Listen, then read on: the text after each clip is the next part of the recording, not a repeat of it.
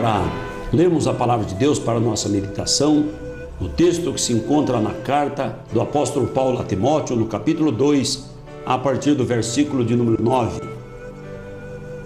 Que do mesmo modo as mulheres se ataviem em traje honesto, com pudor e modéstia, não com tranças, ou com ouro, ou pérolas, ou vestidos preciosos, mas como convém a mulheres que fazem profissão de servir a Deus com boas obras. Amado irmão e amigo, observamos nesses dias que o mundo não quer entrar em colisão. As pessoas correm, mas sempre evitam o confronto. E quando alguém diz alguma coisa que não combina com o que o mundo está fazendo, logo alguém lhe diz: você está na contramão. Ao lermos esta palavra de nosso Senhor, orientando a maneira das servas de Deus viverem o Evangelho, especialmente no seu porte em Cristo, na sua maneira de se apresentar perante a sociedade, na maneira de vestir-se, na maneira de compor-se, na maneira de apresentar os seus cabelos. Parece-me que alguém está na contramão. Porque nós olhamos aqui, a palavra diz assim, que as mulheres se ataviem em traje honesto. O que é que o Senhor quer dizer com um traje honesto? Seria porventura as modas que o mundo tem lançado aí fora, o traje honesto? Pode ser honesto do ponto de vista do mundo, mas o ponto de vista do mundo conduz o mundo para um rumo, e o ponto de vista da palavra de Deus conduz a igreja para um outro rumo. E quantas pessoas que têm professado o Evangelho do Senhor não querem ir contra o mundo, porque talvez pensará que está na contramão. O mundo da liberalidade sexual, o mundo da apostasia, o mundo dos desvalores morais, o mundo onde a família é destruída, e a pessoa casa a segunda, a terceira vez, a quarta vez, a quinta vez. O mundo onde a mulher é muito mais objeto do que sujeito. Um mundo onde o homem deixa a sua esposa em casa e sai olhando para todos os lados com olhares de cobiça, e o mundo acha que este é o rumo que tem que ir. E quantas pessoas, crendo no Senhor, de medo de ir contra o mundo e entrar nesta rota de colisão com os costumes do mundo, abandonam a palavra de Deus, segue o curso do mundo, enveredam-se pela apostasia. Mas saiba o irmão, a irmã que nos assiste, que aqueles que deixam a palavra de Deus e enveredam no curso do mundo estão em rota de colisão com a palavra do Senhor. Qual é melhor? Trombar com os costumes do mundo ou trombar com a palavra do Senhor? Preservar os valores morais.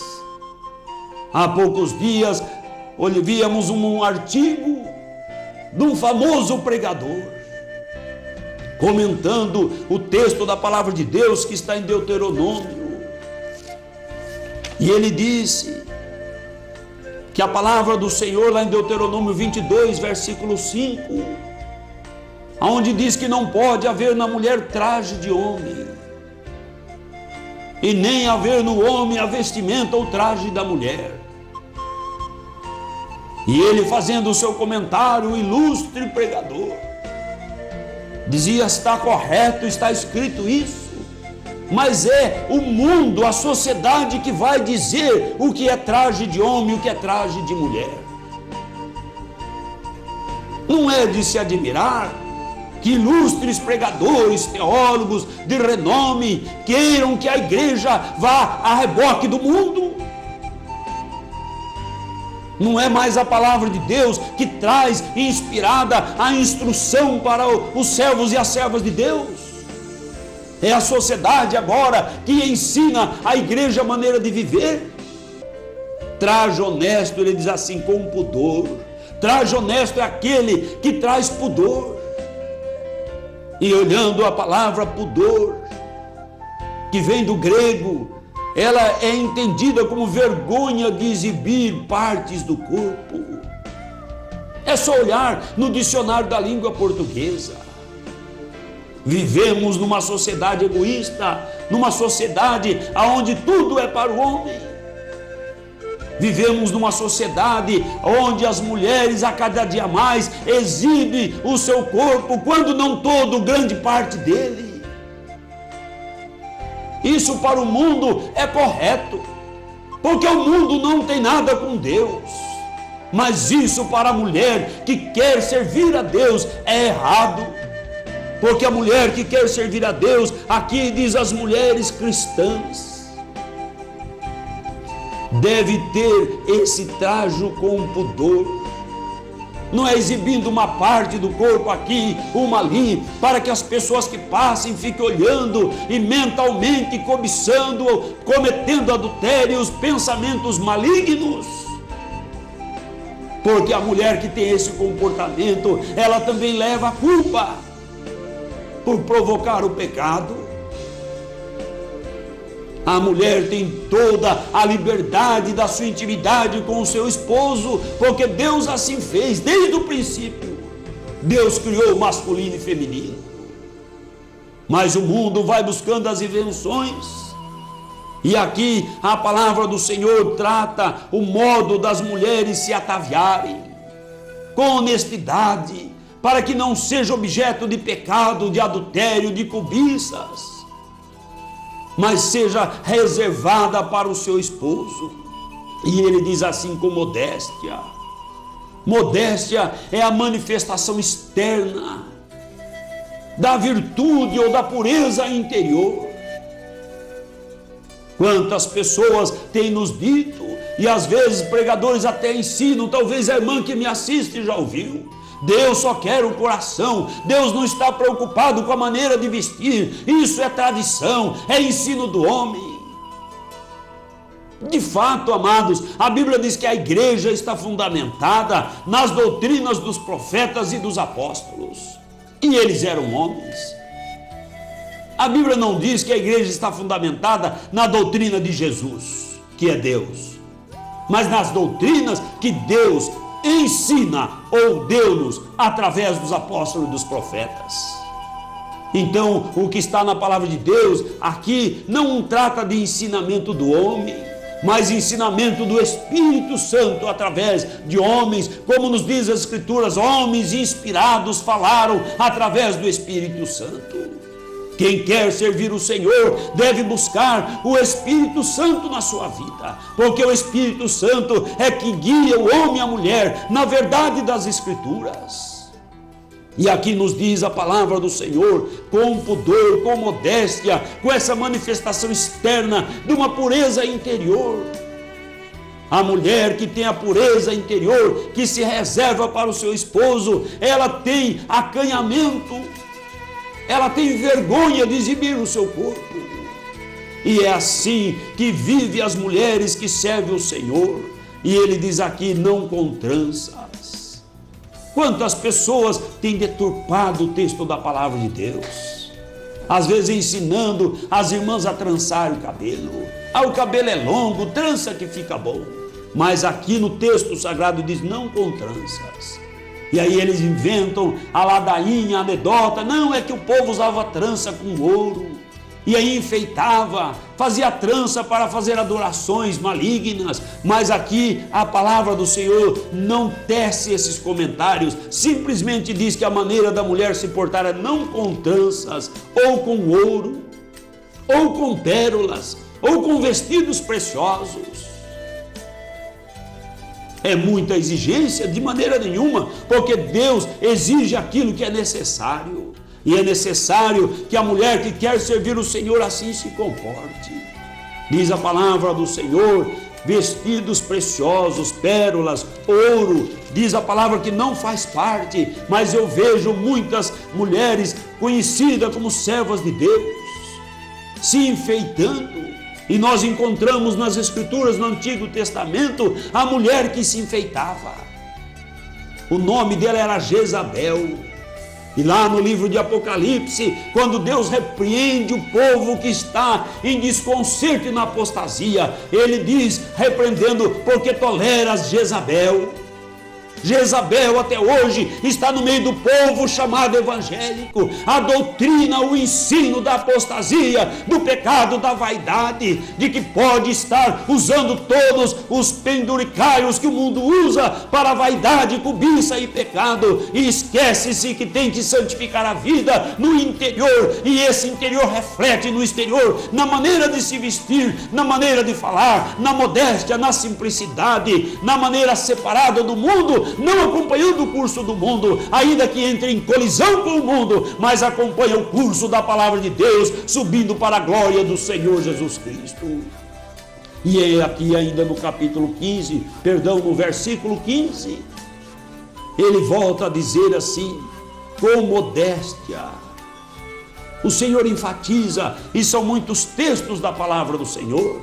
O apóstolo Pedro, no primeiro livro de Pedro, capítulo 3, ele diz assim, semelhantemente vós, mulheres, sede sujeitas a vosso próprio marido, coisa que hoje o mundo não observa, mas as servas de Deus devem observar, para que também, se algum não obedecer à palavra, pelo procedimento da sua mulher seja ganho sem palavra. E ele diz no 2, considerando a vossa vida casta, vida de santidade, vida que o interior reflete no exterior, de santidade, de zelo, a castidade é a virtude da pureza, e a virtude da pureza se manifesta na maneira de viver, vida casta em temor, e complementa dizendo, o enfeite delas não seja o exterior, no frisado ou encrespado dos cabelos, no uso de joias de ouro, na compostura de vestes. Nós sabemos que pessoas há que pregam por aí, de que aqui se trata de preferência, que é preferido assim, mas que pode fazer de outra maneira. Não é o que encontramos no texto sagrado. A Bíblia diz o enfeite delas não seja. Não diz preferencialmente seja, poderia ser, diz não seja.